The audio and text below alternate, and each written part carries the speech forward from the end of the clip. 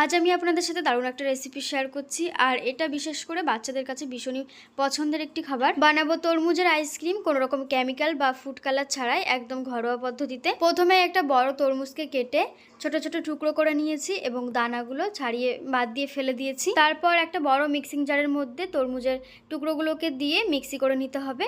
এরপর একটা ছাঁকনি দিয়ে ছেঁকে নিতে হবে, অবশিষ্ট আঁশ বা দানাগুলো বাদ দিয়ে দিতে হবে।